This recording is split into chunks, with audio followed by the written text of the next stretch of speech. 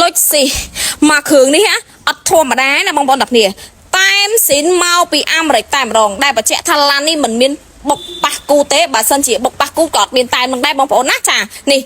XS 250X បងប្អូនចាប្រភេទ full premium sensor ហើយមកចូលមកបងប្អូនទាំងគ្នាមានកាមេរ៉ាមុខក្រោយឥឡូវយើងមកមើលពីគុណភាពមកមើលពីគុណភាពឡានជាក់ស្ដែងសម្រាប់ឡានស្លឹកពន្ធថ្មីគឺខ្ញុំរៀបចំជូនបងមកលេះតាំងពីសបកកង់ថ្មីជូនបង4គ្រាប់តែម្ដងជាមួយនឹងប្រេងម៉ាស៊ីនប្រេងប្រអប់លេខតម្រងប្រេងកម្រាលជើង VIP កម្រាលតាប់លុយគឺមួយសេតតែម្ដងបងប្អូនណាចានៅតានេះជូនបងប្រើប្រាស់រយៈពេល1ខែពេញទៀតបងប្អូនទាំងគ្នាបងប្អូនណាខ្លះចង់បានប្រភេទឡានសនំ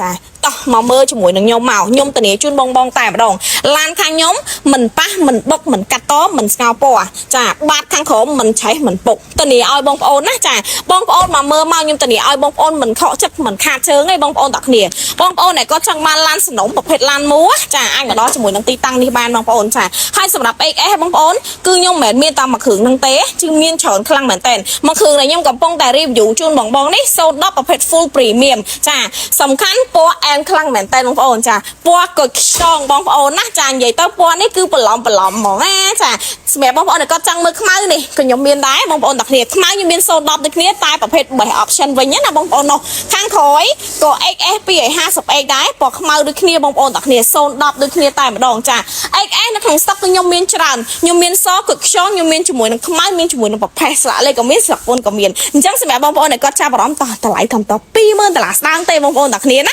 មាន20000ស្ដាងឡើងទៅបញ្ជាក់ជូនបងណាចាហើយចង់ទិញដាច់ក៏បានរំលោះខាងផ្ទាល់ក៏បានបងប្អូនចង់វាយដូរក៏បានដែរបើរំលោះកាន់ជុំវិញ